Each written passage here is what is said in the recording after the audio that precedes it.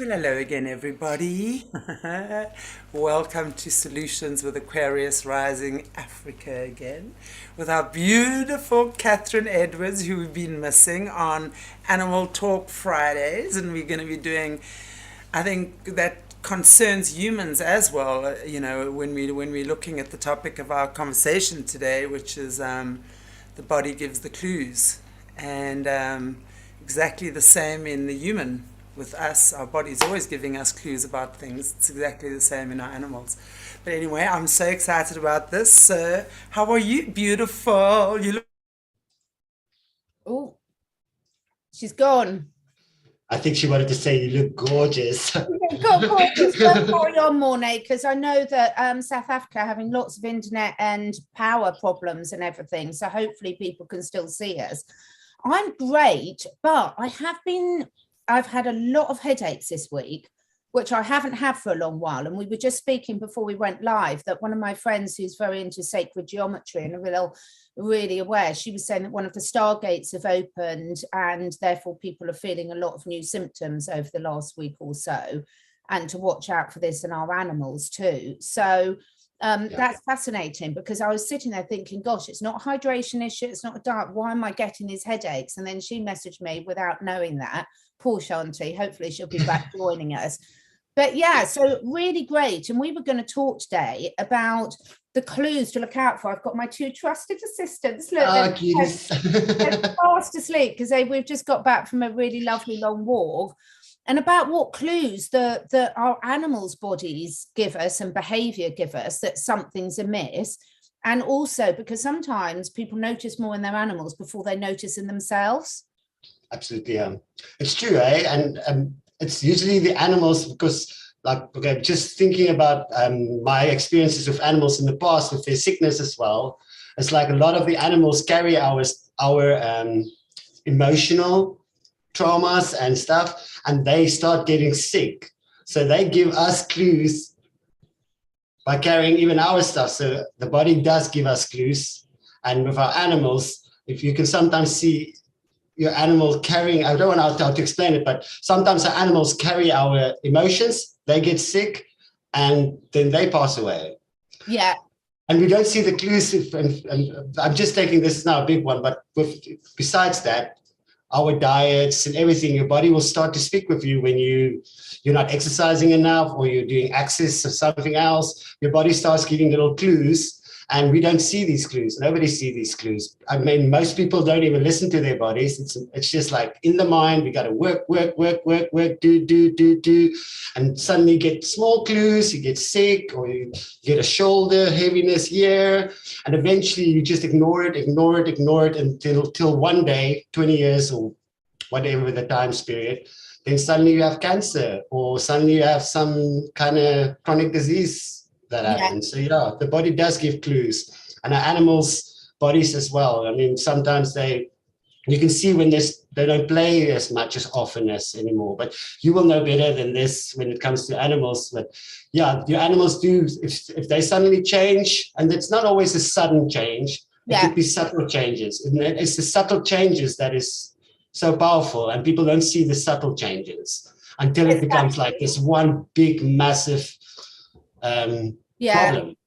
It's so important, Mornay, because the thing is, it's like this is all helping us tuning into our intuition, realizing that we're all connected. Now, I've sort of mentioned before, I work with something called zoopharmacognosy, which is animals self-medicating, because in the wild, every animal will know. I hope Shanti could come and join us. I know she really wanted to be part of this. Poor Shanti, they're having so many power cuts and everything. Yeah, South Africa is on level 4 load shedding, so it can happen like this. Then suddenly, no warning, no power.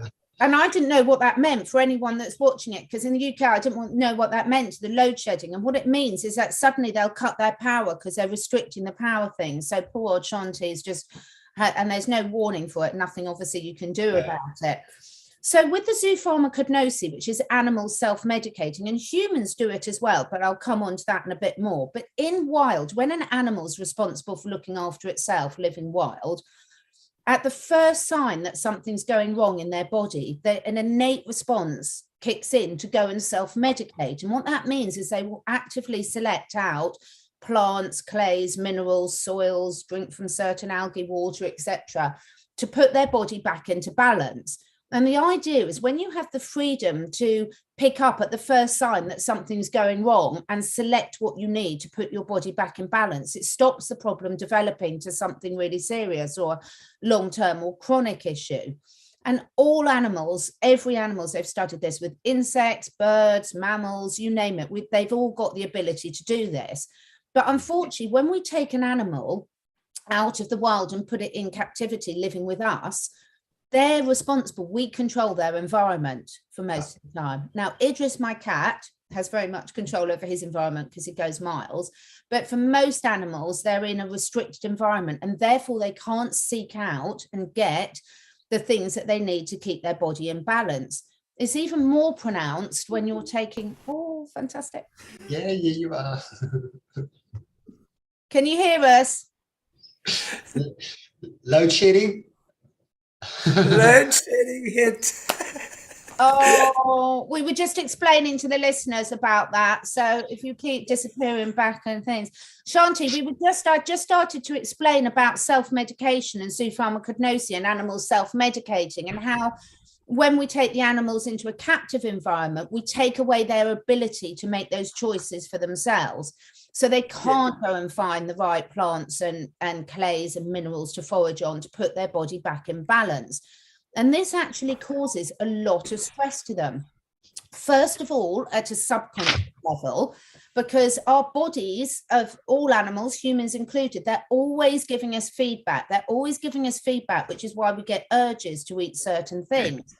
And I won't go into it in too much detail today because it's like a whole lecture itself, but I have got courses where people can learn this more for themselves. There's a big difference between the way the body deals with food and medicine. So take something like garlic. Garlic, we might call it a herb, a medicinal plant. We use it in cooking. But if you were starving to death, you could not eat enough garlic to sustain your life. It would kill you before, because it's full of secondary compounds which are highly medicinal. And when your body needs it, it will do you good. And when your body doesn't need it, or if you take too much, it can do you harm. So most people know, take something like the common stinging nettle. If you had a horse and it was starving to death and it was just out in a field of stinging nettles, it could not get enough basic nutrition from the stinging nettles just to stay in life. But the secondary medicinal compounds it could get could cause it a lot of damage, because it was being forced to eat it as a food rather than choosing to eat it as a medicine. Does that make sense? Yeah, Absolutely. So that's why you see a lot of animals will go and choose to drink from a certain puddle. Now, the problem is there's certain man-made things like antifreeze, for example, that people put in their cars and motorbikes, where the animal hasn't evolved to detect that man-made substance. And that's the only time you get poisoning taking place. Or in the wild, take horses. So under oak trees, people who have horses are told that oak trees are poisonous for their horses. They're not. Oak leaves and acorns contain high levels of a substance called tannins. And tannins are very anti-parasitic. They're very anti-inflammatory, antimicrobial. So when an animal needs it, it's a medicine. But underneath all oak trees in the wild, you'd have plants like chickweed growing. And chickweed contains something called saponins, which neutralize any of the harmful effects of the acorns that the body doesn't need. But if you put a horse out in a sprayed field where it's just normal grass growing and you've killed off what the humans call the weeds, like the chickweed, the horse will go and eat the acorns or the oak leaves because it needs that anti-inflammatory, the anti-parasitic. Then it will go and look for the plants that neutralize the bits that make it not harmful, and there's none there. So then you get a poisoning event. So the reason why we need to be so careful for animals in our care and really understand how to look out for those really first warning signs that something's going amiss is because they're completely reliant on us to notice it, because they are powerless to do anything about it. Absolutely, yeah. I agree. It's amazing how in nature the one balances the other, Exactly. and how they know that. Because if they take just the one, it's fascinating. And if we humans had that natural connection, or back to our natural connection, then we would also know these things. We will know what plant to eat. We're doing a messengers of source this weekend for the kiddies. Well, that looks amazing. Where we learn to connect on that level, on a higher level, so that, the Native Americans do that. They walk to a tree, they ask a tree will tell you, I'm medicine, I'm food. And the way animals are just so naturally inclined to connect with that is just amazing. So yeah, I totally agree. When we take them out of that environment, we keep them, they become domesticated. It's our responsibility to become that intuitive connection for them, so to say. And to notice it. And also there's certain diets and medications. So most people know that there's a lot of addictive things that are put in fizzy drinks, children's cereals, children's sweets. But similarly, any commercially bought pet food, dog and cat food, or a lot of the horse foods are full of stuff that the animal would never normally eat and can't thrive on, but they're addictive. And when your senses are overused in something that doesn't serve you, you can stop losing that ability. It's always there. So the way I'd explain it is, when I was a teenager and I was saving up to go traveling, I worked in a pub as behind the bar. Now, I'm so old. In those days, they didn't have electronic tills. You had to add everything up in your head.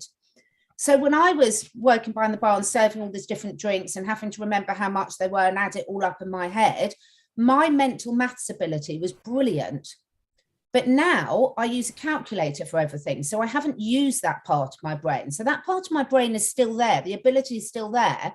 But because I haven't used it, it's gone into a dormant state. So if I was wanting to get back to that level, I could do it. I'd need to start practicing and reawaken that bit of reawaken. I can't say my eyes properly.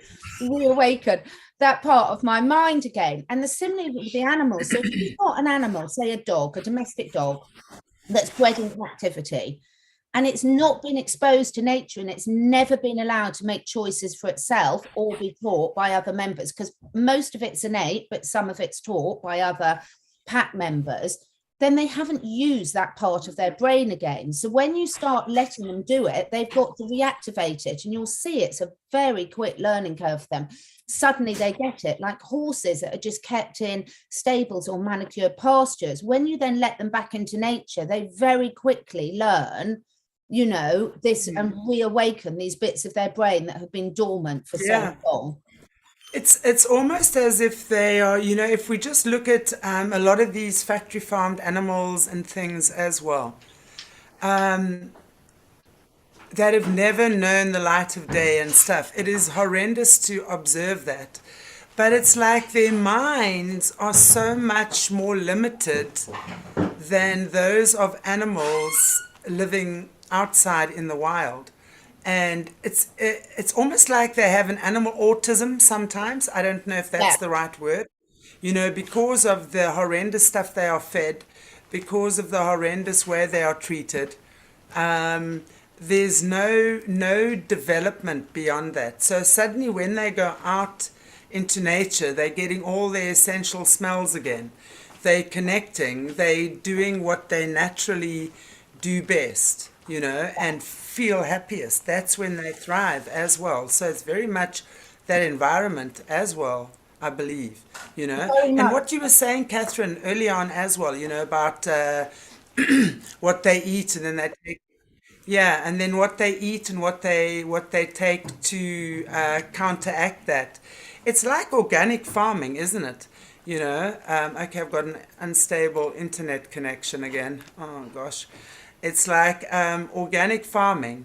One plant you plant with the other to attract that, to repel that, to do whatever. That's all disappeared in such a big way. The whole balance has gone. And so obviously I think the foods we ingest and the crap they put in these artificial foods for the animals it's on another level now, really. I don't think it's ever been this bad before.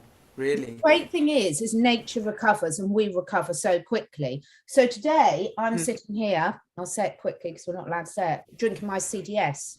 People will know what that is if you watch any of my videos with Dr. Andreas Kalka. So it's a natural medicinal thing that we're not allowed to talk about, and it's very healing. Now, because I'm feeling a little bit off power, possibly with these Stargate opening things, but whatever, my body's really craving this, so I can't get enough of it. So when you start to listen to yourself, so we've spoken so much about on all our channels about listening to your intuition, about feeling, getting back into your heart space, and your courses teach this so beautifully. It's so important about how quickly you can reawaken these parts of you. So everyone knows at the moment it's chaos in my house. We've got builders in everywhere because we're having our kitchen redone, and so I can't prepare my normal food because we've got no cooker, no water, etc. So I'm being a happy camper. And if you start eating certain foods, the microbiome in your mouth changes very quickly. So everyone realizes if you get into a bad habit of eating loads of bread, eating loads of processed food, you quickly start craving it again. But if you get into the habit of eating good foods, then you start craving your green juice, your celery juice, your vegetables. So the great thing is when people recognize it, but remember, your poor animals can only eat what you put in front of them, unless they're like our cats that can go out and hunt. But even then, they're probably pretty restricted the way where most people live about what they can go out and hunt, and also the chemicals they're exposed to. So when you're looking at your animals, I've got a video on my YouTube channel. I'll send you the link afterwards, Mornay, because it's like one on how to check your dog over. If you look on my animal playlist and go through, people will find it. But it's really getting to know yourself and your animals. So say you've got a dog, every day you should be running your hands over their coat to physically feel how their coat feels, because even the ones that have got rough coats should feel soft and silky. And have they got any scabs developing, which is showing their skin suffering? Look at their teeth and check their teeth, check their gums, smell their breath, look in their ears. Are you noticing they're slowing down, or they're reluctant to jump up and down or move a bit? Like my one of my friends was saying that his golden retriever had gone lame, and they hadn't noticed that her claws had got really long. And you imagine how awful it is walking on hard surfaces when your claws are too long, changes all the jangle of your joints. You know, you've only got to look at Bryce's yoga videos to understand that. So all these subtle things, the quicker, because most people say they love their animals, but if you're not noticing these signs, the trust is going between you, because they can't go and get their claws cut. It's not their fault they're not walking on the right surfaces to keep them managed. It's not their fault that their breath really stinks, or they're giving off lots of gas the other end because they're on processed food that is developing completely the wrong microbiome. But they'll feel that'll start developing in a lack of self-confidence to them, because they know that they're not at peak performance. So, you know, how do we all feel as humans? When you're not feeling well, you feel vulnerable, don't you? Absolutely. And, you know, I have a great, you know, I'm lucky in my life. I've not had much pain, you know, compared to a lot of other people. But there have certainly been moments where I pinched a nerve in my back once. Wow. I mean, for 2 days, I was in the most excruciating pain. I could hardly move. So for me, it gave me a great understanding as well, and a compassion, I guess, for people who are in pain and who live with those kind of pains throughout their lives. I mean, you can't think of anything else really. You know, you learn to live with it. And the same thing. Now, at least we can go to a doctor and tell the doctor, this is sore, can you that? Okay, animals can't. So they would sometimes live in incredible discomfort as well. As you say, they didn't notice their dog was going lame. And literally all it would have taken was notice when she's walking on a surface, the click, click, click, click, click of the sound of the claws, you know, stuff like that. So it's really not that difficult with yourself. If you maintain your health, if you maintain your body, you maintain your diet, you maintain exercise, you know, off you go to the gym every day, but your dog stays in 4 walls. That's not fair. You go off gallivanting and shopping and on holidays and out with friends and dinners with families and what all else. It's essential for us to do that. You know, animals need to have those smells. I mean, I know dogs, I can't remember the number offhand, but I read about it a while ago, They need a certain amount of smells every day. Absolutely. And thousands. It's not like 3 or 4. And that which they get when they're running and taking for walks and smelling the bushes and other dogs' butts and the water and, whatever. They're getting what they need. They're getting stimulated. So it's so important. And that's such an essential part of well-being. We know how good we feel when we feel fit and healthy and strong and we exercising. It's a great feeling. And by taking our animals as well for walks and things, we doing it, a double whammy there. We're giving ourselves exercise as well as them. So these things are so important, and it's common sense to me, but I think it's not really common sense to a lot of other people, which is a little bit unnerving for me, as an animal lover. It really is. And I think the thing is, we've spoken so much about how we've all been brainwashed and things, and we have. So I think for me, the time is coming just to accept it, not to keep arguing about the why and blaming people, the dark cats that have done all this and everything. We know that now. But once you know, you can make a choice about it. So the thing is, the reality is the humans we're living in now, we're the only species on the planet that's forgotten how to feed ourselves. And it's unfortunate that so many other animals are dependent on us idiots.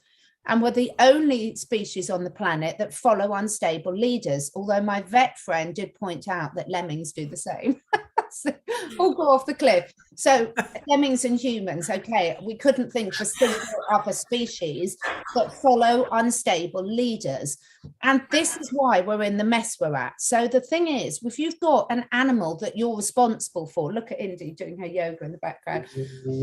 The thing is, you've got to take that responsibility seriously, folks, because they cannot go and choose their own food. They can't go and forage on the plants that they want. They can't find fresh flowing water to drink. They can't decide what chemicals are put on and in them, who they interact with, who they play with, etc., what equipment they have on them. I mean, you've only got to see a horse that's been shod all its life, that has its shoes taken off, and just watch how they react to realize what shoes do to horses.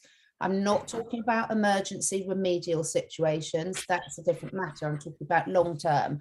So it's so joyous, because no one would have a pet in their lives if they didn't love it massively.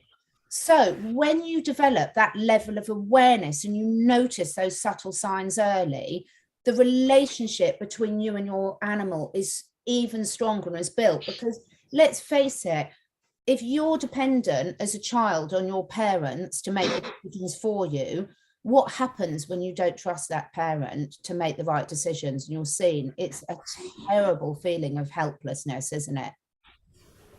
Yeah, absolutely. Absolutely.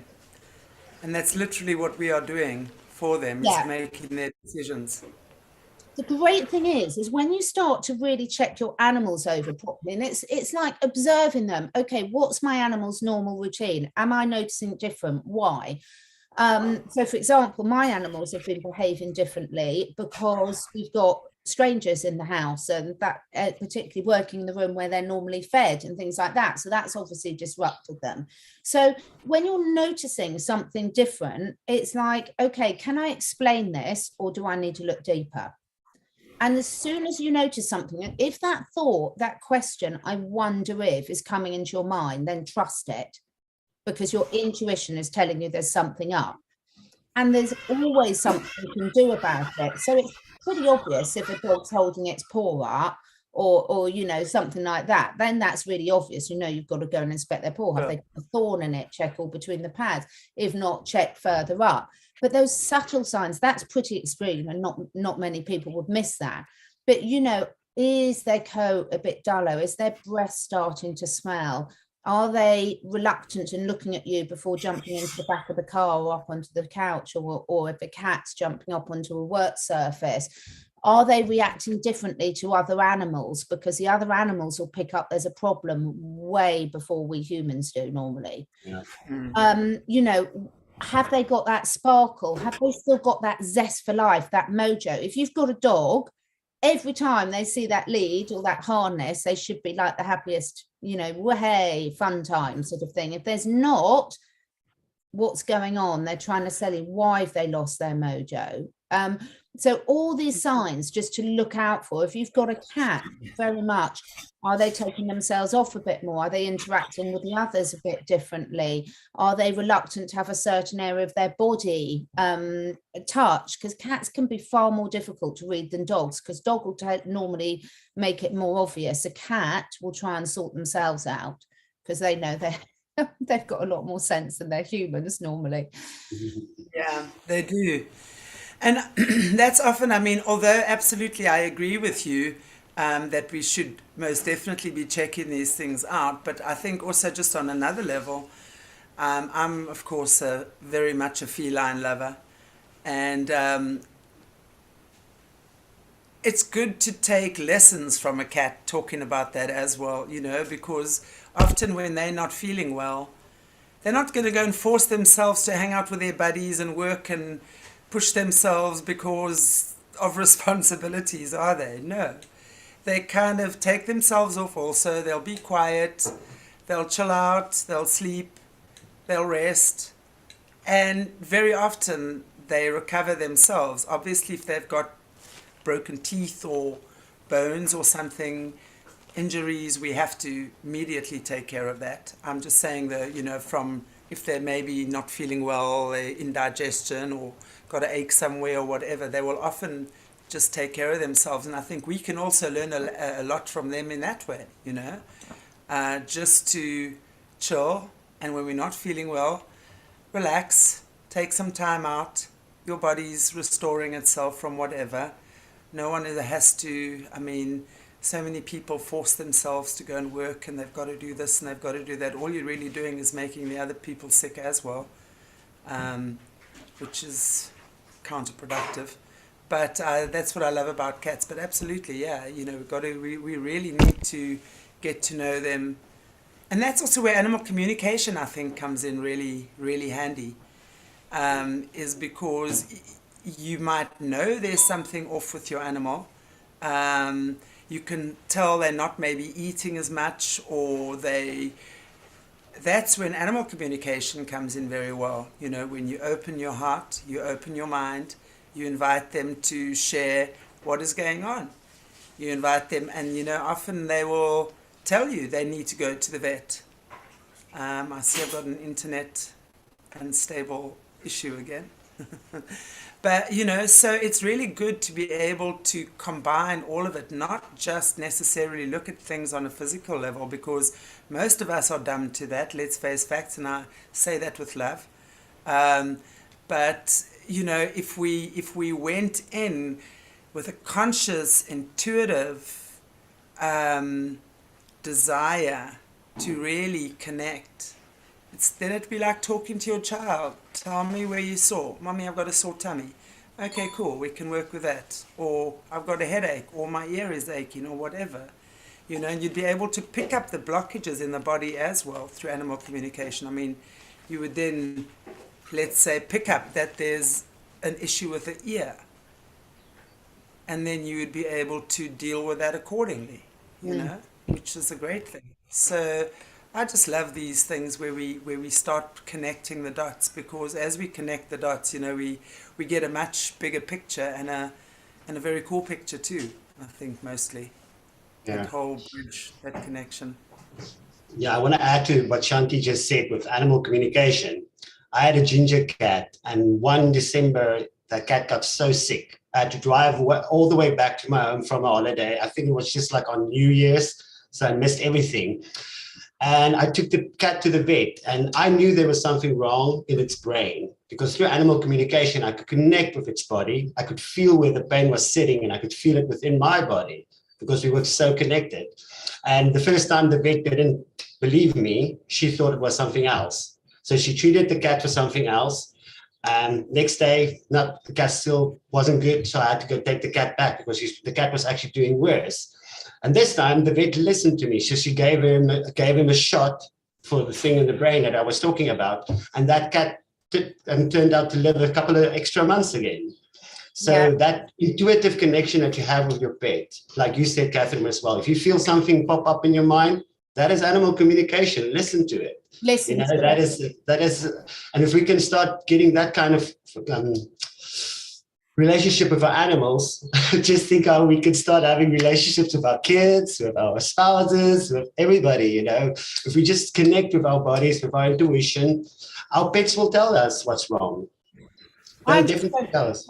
so important. I'm so lucky. I'm really fussy about vets. And my small animal vet, I'm going to shout out a chap called Neil Cood, Cranley, sorry, Book Me Vets. He is amazing and he always listens. So if the owner comes in and says, I just got a feeling it's this, he takes that really seriously. And so does my horse vet as well, Ben Mays. Amazing guy. And it's so important to trust that thing and also not to be afraid or embarrassed because your animals depend on you to advocate for them. And a couple of things that you said, Chantelle, I think are so important as well. So with the communication as well, it's so important that we then give our animals the choices because as pet parents, it's really hard not to micromanage them for a lot of people. Well, it's hard for me and I'm having to learn this. But as we say, a cat or a dog knows or a horse knows if they need to take a few days off food, let them, keep an eye on them, keep them safe, keep an eye on them, but they know intuitively the best way to heal their bodies. So our job is to listen and then provide sort of that. So, you know, where do they need to rest? Where do they need to take themselves off to be safe? Do they need a bit? So dogs often, if they're unwell, will naturally fast for 24 hours, you know, because they don't want to put, if they've eaten something dodgy, they need to clear that. So they're so intuitive at sorting themselves out. And so quite often, if we sort of trust them and give them some choice in their healing, then as I see it time and time again, when people use chemical wormers with their animals and the animals hate it. Well, so I'd hate it if someone was shoving a poison down my throat. Now, don't get me wrong. There are times when as a mum or dad, you need to do tough love. So if you know your animal's got a serious parasitic infection, because you've tested for it and you know it and you've tried the natural elements and it hasn't worked, then by all means do that because then you're doing it for the best interest. But to just automatically, routinely shove poisons down your animal's throat and not expect them to object and then still to love you and trust you is a little bit weird. So if they're reacting to certain things, then just ask yourself why. And then, yes, there are sometimes difficult decisions to be made, but is it truly in the animal's best interest? Are there some other options? Are you prepared to listen and investigate those first? Because then you'll have a really, really strong bond. And quite often they're trying to teach you something. Absolutely. Absolutely. I think it's so important, you know, and I'm just loving these conversations. I'm listening to you, Catherine, and I'm so intrigued by just everything you have to say as well, because it's so true. You know, to be able to be a parent, the days are gone that we just have animals in our houses, you know. I think over the past 10 years especially, I've noticed a big trend in the increase in appreciation for your pets as sentient beings and stuff like that. I truly wish that's going to flow over into the slaughter industry as well. I really do. I always say these things, and I know I probably irk a few people when I do, but I really do, because there's no difference between a dog and a calf, and a pig and a sheep and a cat and a rabbit or whatever. Everything, you know, you domesticate one. I mean, all we have to do is look at how, you know, when certain wild or stock animals, so to speak, have been domesticated and loved and cherished and treated like one of the family, how they respond.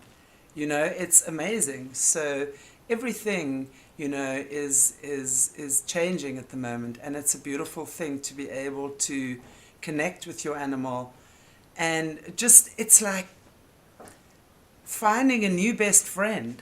Yeah. And not just some, you know, a lot of people, and I know animals are so healing, but a lot of people hate humans, for example. I've heard this so often, and then they have like 12 dogs and 17 cats and, you know, birds and what have you to keep them company. I don't also think that's necessarily healthy. You know, you can't use an animal as your pain dissolver. They're not there to do that, you know. that's also a bit of a danger I've noticed, because you see these people with all these cats, they're living in squalid conditions. Yes, I love that they love their cat so much, but you got to think about that animal, you know.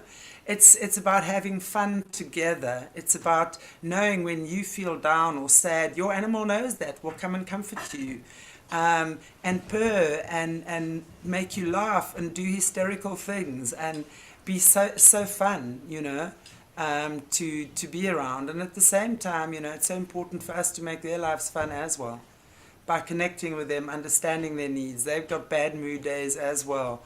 You know, let them hang out on the couch on a Sunday morning for 10 minutes extra. So what? You know, I think Yeah. that anyway. It's that for me, it's like it's a child. This is your child. You connect with your child. And yes, sometimes I do give them cheaty, treaty things, just like I give Right. myself cheaty, treaty things. That's exactly it. We also have, it's such an important point that you made there, that there's no part of me. Now, I know everyone's got their own belief systems, and I've had, you know, a lot of, you know, agree to disagree with people before, because there's a lot of people that feel that animals were put on this planet to serve humans. And there's no part of me that feels that in any shape or form. And to me, I find it really interesting, is my polite way of saying it. So that, you know, in one respect, people have this spiritual connection and they understand that everything is connected. You know, I am you, you are me, we are all connected. So, and this ripple effect will go out, but you can't say, but not the chickens or not the worms. Or, I've got a dilemma at the moment because we're having beautiful weather in the UK, and my cats, who rule the household completely, and I wouldn't have it any other way, they all come and go as they want. So I normally leave food out for them. But at the moment, the flies are in, and I'm like, there's no humane way to get rid of the flies. So now I'm running around even more, having to put food down, take it up, put it down, take it up. So I don't want to kill all the flies either, because they're entitled to the food as much as my cat is. If And anyone, they serve a great purpose, flies, actually. They oh, really do. so important. You know, the whole food chain would collapse without them. So I've tried talking to them, but they just didn't listen. So it's like, you know, raw chicken or what you're telling me to do, I'm going for the raw chicken. Bye. But I think it's so important when we realize that our animals are not there as a purpose, as you say, to fulfill an unfulfilled need in ourselves. Goes back to everything we talk about. You have to heal yourself first before you can heal anyone else. So if you're a rescuer, like all of us are, you know, it's being really honest with yourself, and is it in the animal's best interest, or is it for me? You know, Absolutely. and I've learned lessons along the way. You know, it's a tough And question. we can see the correlation about our children too, right? You know, when we look at our children and we look at that beautiful piece that Khalil Gibran wrote on children, where, you know, he says that your children are not your children; they are life's longing for itself, and you know, they do not live in the past. So it is not up to us to teach them our ways. You know, we move towards the future. It is up to them to teach us their ways. So it takes a very wise parent to be able to understand the balance between having that child be its own person and at the same time providing enough structure and boundaries to guide them, you know, Yeah. and do what is best for them, even though sometimes they don't like it. But it's always the intention, the place from which it comes, and not be this controlling, overbearing parent who wants their kids to live your life vicariously through them. That happens a lot. And we do the same with our animals. You know, it's so important to be able to see that how this works synonymously, you know, animals and humans. And guys, my laptop's going to die within a few minutes. So if I pop off, I'll say unexpectedly, I'll say an early goodbye because my laptop was busy charging as well when load shedding hit. So I've got load shedding for another 2 hours probably. Anyway, so I just, you know, that's what I wanted to say, is that we've got to look at how we treat our kids, and we've got to look at how we treat our animals as well. It really works symbiotically when we can see that, you know. Makes a big difference, because we see habits and patterns repeating themselves as well. And, we need to realize as well, our animals will often take on our traumas. Yeah, They take on our traumas, and that's often why, this might be a topic for a different day, yeah, but often animals have taken on illness for their humans. Mm. You don't see an animal in the wild having liver cancer very often, do you? I'm not saying they don't get sick from other things in the wild that affect them, but it's really only domestic animals that get cancer. Let's just think yeah, about that. I'm going to put that out there just to think about, you know? exactly. I've got weird noises here. One of my cats is exploring on my storage box. It's comical. I think that, yeah, very, very important. And we can only treat others how we treat ourselves. Just comes back to that. It's taken me so long to get there with that on a personal level. I will, friends have said this to me for years, whether you say it, you can't love others, you can't love yourself, but it's so, so true. If you're not treating yourself in a respectful way, that will reflect your relationship with every other being around you. Absolutely. Absolutely, yeah. And that's really what it boils down to, love yourself, respect yourself, and there's no ways that you can't be respecting nature, plants. I don't even pick flowers anymore. I never I pick could, flowers anymore. It just makes me want like, I to. can't. Yeah, There's a lovely thing, I think it's a quote by Osho, who said that if you love a flower, don't pick it. yeah. Because if you pick it, it ceases to exist.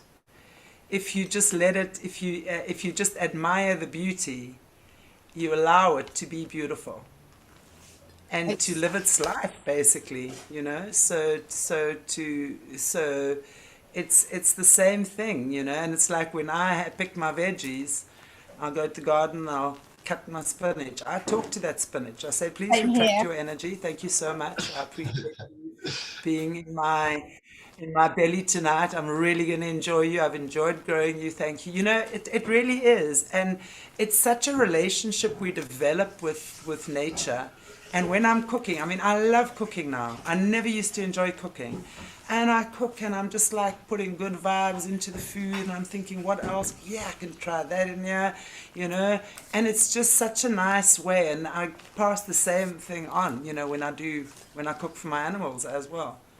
I It's love like, it. I okay, mean, as I said, give you, on my thing, I've got courses on my catherineedwardsacademy.com on how to freshly prepare your own cat and dog food. And the thing is, even if you can just do it once a week, the joy it gives me when I'm preparing my cats and dogs food with stuff and my guinea pigs and my horses with stuff that's got that love poured into it is just priceless. It is really, really priceless. And then also, if you want to understand about how to understand reading your animal's responses with self-medication, there's little short courses on that, because everything we're learning for animals really help ourselves. And I'm exactly the same. I'm just about to go and cut one of my lettuces, but I talk to them, and also I always leave enough so it can grow back. And it's so beautiful when you see it growing back. And then we get really excited. Well, thank you for coming back. And my neighbours all know I'm completely mad. But it's just makes such a difference. But I did have an interesting chat with someone, and I think where we're going, it will be a choice whether we eat in the future or not. I do like my I food. agree. I definitely think the more we literally, we evolve as humans, we need less and less. There are people. If you just look at, for example, the monks, they eat so little because they don't exercise much. The monks in the East, their job is to receive spiritual awareness and they pass that on to their community. So it's a symbiotic relationship. And in return, the community feeds them. So, so they would then eat usually like once a day. And you'll see they're generally small, slender Something people. really has just hit me when you said that, because the human brain uses more calories than any part of the body. So even if you exercise a lot, your brain's still using more. That shows those monks must be working from a heart space more than a brain space. Because if they were in their head all the time, they'd need still to be eating quite a lot. So that's really fascinating. Makes It sense. is. It's amazing. And it's just, the minimalism. that the monks have. I mean, they literally have one bag. They call it a blue bag or a blue suitcase. I mean, that all their belongings, and that's why they shave their hair and their eyebrows, because they don't have shampoo, they don't have hair products. You know, all of the. I mean, think about how much we spend on our hair, right? The average person a month. What do we spend on our hair, right? So, and never mind makeup and all sorts of things. So it's wearing their robes, wearing, you know, they have their one bag and they have a roll-up mattress, and that's how they live. And I'm not saying everyone should live like that, but I tell you, when I packed up and left and traveled for 3.5 years, I understood the value of minimalism. It's beautiful. Your spirit is enriched in amazing ways. Having the courage to just let go and say, I'm selling you, I'm going. I trust that whatever I need will be here when I return. And it was. And it was amazing, you know. So I just think, coming to what we eat way too much. We eat way too much of the wrong foods. We eat way too much flesh. We're not understanding half the time the negative effect on ourselves that has, how we actually keep ourselves limited by ignorantly eating. And I don't mean to be disrespectful to anyone, but I think we have viewers on this channel who are aware of that. Intuitive eating, nutrify your body with your food. The more nutritions, like the highly dense nutrition foods, are naturally going to feed your system as opposed to your belly.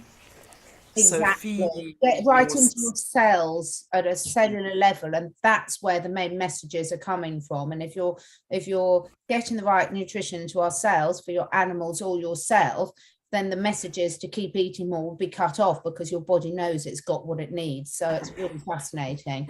Yeah. Absolutely. Oh, there's so much our gorgeous animals can teach us, and I think, you know, we are so lucky to share the planet with these beautiful beings, and it's really important, I think, that anyone that's got an animal in their life just ask themselves the question, as are the animals getting as much out of this relationship as I am? Great question. Great question to ask. Wow. Thank you, Catherine. As always. Your internet's kept going. I know, and it's on my little dingle dongle thingy. So yeah, I know I've had some instabilities, but anyway, I apologize to the viewers. This is what happens when we're in Africa. Hey, we mask free from today, I'll have you all know. I gotta tell you guys, okay, no more masks, no more crowd controls, but our president is in serious poo-poo. And when you're looking at, they've been sitting on more than 1 million pages of documentation that they refuse to release on all sorts of things. And I'm not sure exactly, I'm sort of halfway listening to what was going on. But then they were hiding behind client attorney privilege. And instead of releasing the documents that they had of this whole scandemic, they then decided to pull back the mandates. So it's so nice for us to hear that, because in the UK we've been completely, you know, you go to concerts, there's no masks, you can fly anywhere you like, anyone can come into the country, there's nothing, and it's frightening how quickly you forget. Absolutely. It's really interesting to see how quickly you sort of forget almost that ever happened. Really. Well, I'm looking forward here, because I actually had to pop out this morning, and I was at the shopping center, and it was really nice to see some faces, and I greeted all the faces I saw with a big smile, but so many are still attached to this face diaper. Anyway, as you say, we will forget and move forward. And now monkeypox. Now we have monkeypox. I so wanted to put my monkey outfit on for this and just draw red spots all over my face. We're animals. Next Can time Can they just leave the animals out of it? I mean, first it was the pangolin or the Chinese bat and the monkey, and Oh my gosh. All the Cowpox, animals are being all blamed for all these horrific things happening. Meanwhile, back at the ranch. Gosh. I know, So, it's hysterical. And my dogs aren't bothered by anything. They're so cute, coupled up together. I don't know how that's cute. I love it. It's beautiful. yeah. Oh, thank you so much. It's been much too long. We must not leave it so long next time. It's so lovely. Exactly.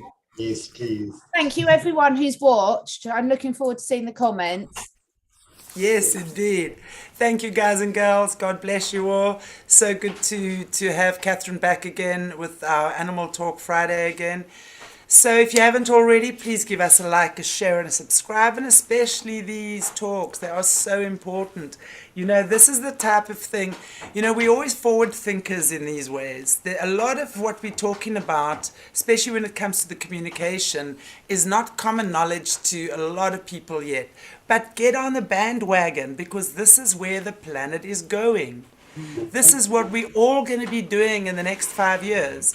So if you want to get on the bandwagon and sign up for some of Catherine's courses, sign up for some of our courses. I mean, I know we do the animal communication side.